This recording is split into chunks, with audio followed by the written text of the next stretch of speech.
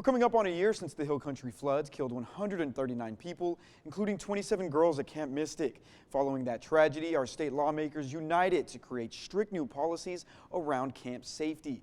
But now some lawmakers say those changes were a rush job and they're causing serious problems for camps across the state.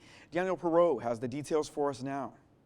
Just days after the July flooding tragedy, state lawmakers gavelled in for a special session with urgency, determined to make sure this would never happen again. That they felt that they had to do something now or, then, and that if they didn't, they felt it would look bad. State Representative Wes Verdell's district covers Kerr County, the area hardest hit by the floods. Yeah, I think the state really screwed up on the legislation that they passed. Verdell has been critical of the camp safety bills and urged lawmakers to change them before they pass in September.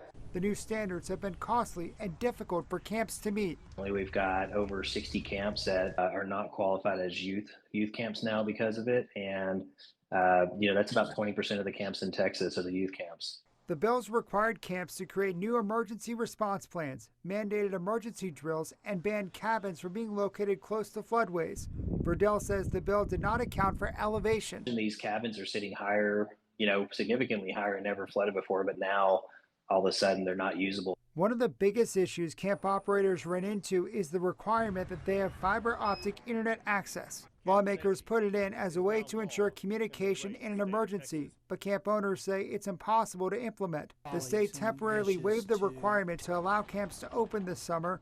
Verdell says next year, lawmakers need to remove it and give camps more options. And Starlink and other satellite communications meet those requirements. So I think we need to just say that there has to be a broadband way to connect. During a hearing last month, State Senator Charles Perry, who wrote the Senate Camp Safety Bill, said he thinks only a few tweaks are necessary, adding most of the recommendations from the legislative investigation into Camp Mystic are already covered. He does, though, say the report highlights the need for communication in a crisis. We may have a few things to look back at, but we don't need a wholesale reform measure put back out there for all of the things that would come from that. So, as lawmakers start to hash out their ideas, Verdell says he hopes his colleagues will be more open to what he has to say in January. I think you have definitely people who want to fix, a lot of people took a bad vote and they want to correct that, and so I appreciate that they're willing to correct it.